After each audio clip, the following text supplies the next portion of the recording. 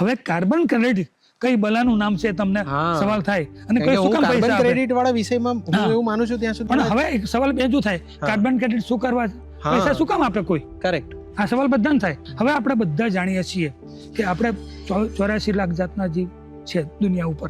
એ બધાને જીવવા માટે 3 વસ્તુ જોઈએ.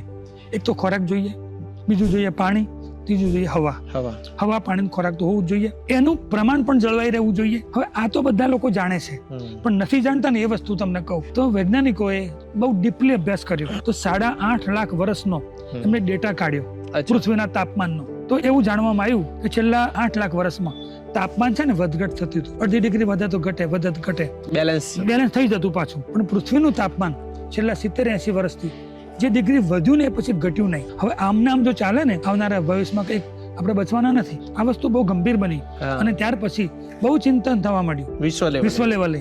પણ 2014માં 26 ડિસેમ્બર પછી પેરિસમાં અને ત્યાં દુનિયાના 192 દેશના વડવાઓ ભેગા થયેલા. ત્યારે એનું આખરી ઓપ આપવામાં આવી અને ત્યાં એવું નક્કી કર્યું કે જે ફેક્ટરીઓ 24 કલાક ધુમાડો કરે છે એને બંધ કરવી પડે, જે શક્ય બને નહીં. એ લોકોનું ડેલિગેશન બી હતું કે ભાઈ બીજો શું વિકલ્પ છે, કાં તો ફેક્ટરી બંધ કરો, કાં તો એટલા ઝાડ ઉછેરો. કઈ ના કરી શકતા હોય કે જેને ઉછેર્યા છે એને તો પ્રમોટ કરો. તો શું કરવું પડે? તો તમે ઝાડ ઉછેરી શકવાના નથી, તો જેને ઉછેર્યા છે એની પાસેથી તમારે કાર્બનની ક્રેડિટ ખરીદવાની. ફેક્ટરી બંધ કરી દો, કાં તો ઝાડ ઉછેરો. ઝાડ નથી ઉછેર્યા તો જેને ઉછેર્યા છે એને પ્રમોટ કરો. એટલે એને પ્રોત્સાહન આપવાની વાત.